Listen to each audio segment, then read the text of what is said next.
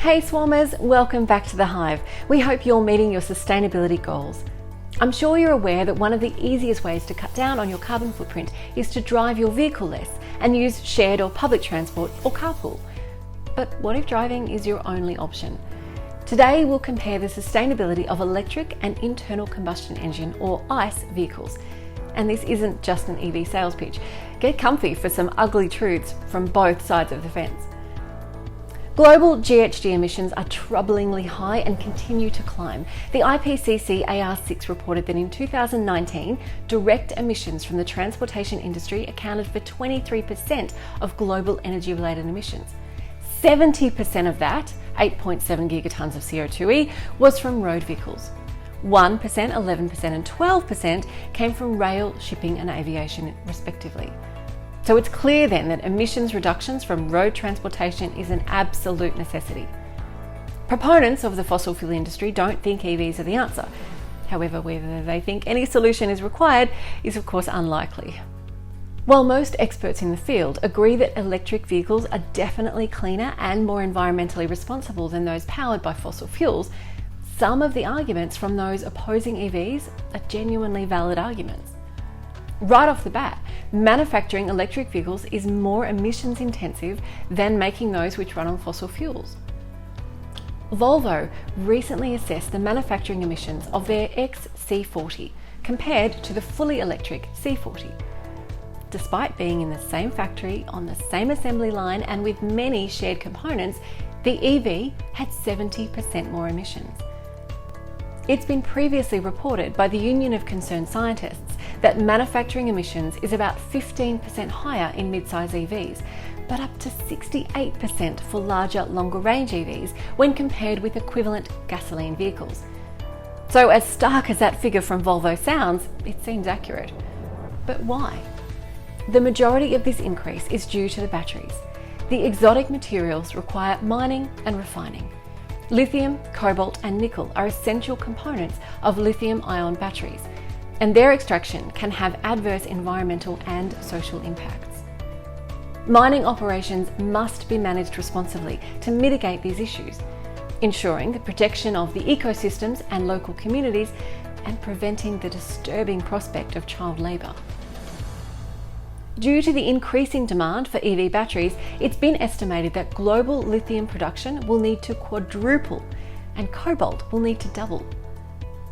In order to address some of these concerns around the access to these minerals, many organisations have been formed, like the Global Battery Alliance, the Responsible Cobalt Initiative and the Responsible Minerals Initiative. They've deployed various protocols, such as the Global Battery Alliance's 10 guiding principles for a sustainable battery supply chain. All of this might not be enough to quiet the anti-EV cohort. And it can't be disputed that the mining of these materials is fraught. But this might be a good time to discuss the catalytic converters in combustion engine vehicles. These devices, sometimes referred to as CATs or CATCONs, are designed to reduce the voluminous wafts of toxic pollutants which spew from a vehicle's exhaust pipe, and they are extremely effective. They can decrease hydrocarbon emissions by almost 87%, carbon monoxide by 85% and nitrous oxide by 62% during the expected life of a vehicle.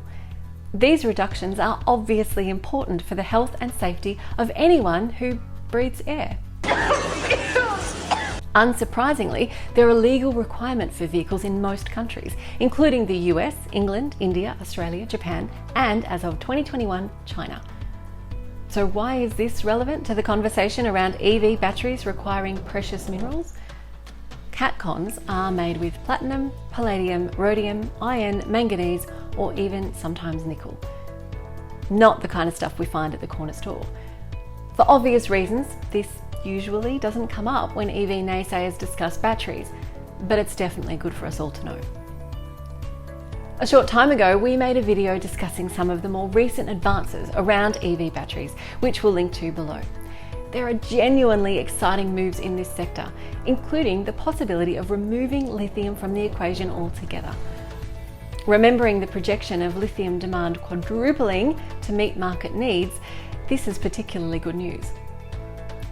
There are also heavily financed teams working to increase the lifespan of the batteries and improve the driving range between charges.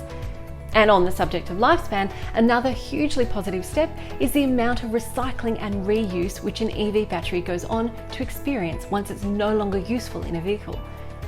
The materials and components can be removed and used elsewhere, or the battery in its entirety can be used in a battery storage facility, meaning that they are less likely to wind up in landfill.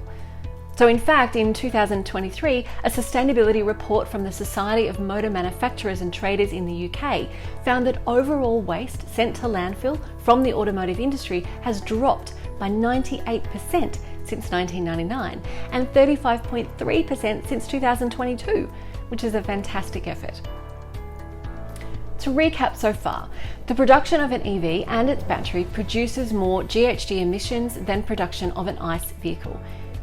But here's where it could get good. To assess how efficient the vehicle is, a miles per gallon of gasoline equivalent is used for an EV to compare with the miles per gallon of gasoline cars. This MPGe is calculated by using an established energy standard of 115,000 BTUs, British thermal units, per gallon of gasoline. Meaning, if you set fire to 1 gallon of gasoline, you'd produce 115,000 BTUs. To create that same amount of heat, you'd need 33.7 kilowatts of electricity. Therefore, 1 gallon of gasoline is equivalent to 33.7 kilowatts of electricity. For context, the average American household uses approximately 30 kilowatts of electricity per day. Current 2023 model EVs are getting between 73 and 140 MPGe for the Audi e-tron S and Hyundai Ioniq 6 long range respectively.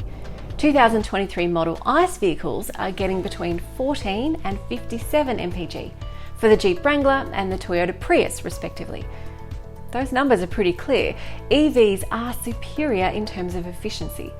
Something to consider with this math is that the MPGe varies from state to state or country to country depending on factors such as the type of power plant that supplies the energy, the efficiency of the electricity network, and the time of day the car is being charged.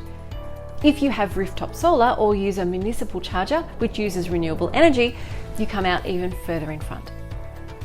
Typically, here's the part where the EV doubters talk about driving range, and that EVs are therefore not a realistic option. Are you ready for some shocking statistics? More than half the car trips in the United States in 2021 were less than 2 miles, and only 2% of all trips covered more than 50 miles. In that year, the average EV vehicle driving range was 234 miles. So that argument just doesn't hold up. So next, the conversation will turn to the lack of charging infrastructure. And there is no doubt that this has to improve all over the globe. Well, maybe except China, which has already more than 1.8 million publicly accessible charging docks. The United States has approximately 108,000 public charging stations. Interestingly, that's more than the number of gas stations. Currently, there are 21 EVs per charging station, but 2,500 ICE vehicles per gas station. There's close to 500,000 EV charging points in the EU and 37,000 in England. Access to EV charging certainly needs to improve, but the situation isn't as bad as the doubters would have you believe. So with higher manufacturing emissions, but much lower operational emissions, the lifetime emissions of an EV is clearly less than those of an ICE vehicle. The UN has calculated that if we can achieve 60% share of EV and hybrid vehicles on the road, more than 60 billion tonnes of CO2e would be saved between now and 2050. This number will go up further with rapid advancements in battery tech, meaning the production emissions will reduce. And with increasingly accessible renewable energy in the grid, the operational emissions will also continue to drop. The biggest cloud which could rain on the EV parade really is the lack of transparency over the minerals and the risk to human rights for those on the ground and the environment in the mining locations. So let's be clear, there is still work to be done to get EVs to reach their full positive potential. But rest assured, that work is happening. And do we think employing strategies to mine reusable minerals safely and ethically is better than extracting and burning oil? Yes we do. So with a little extra time, doing some homework, switching to an EV is a planet positive move. Thanks so much for joining us, Swrmers. We'd love to hear from you in the comments. Did anything that we've discussed surprise you? If you like our videos, make sure you subscribe and share our channel with your friends and family.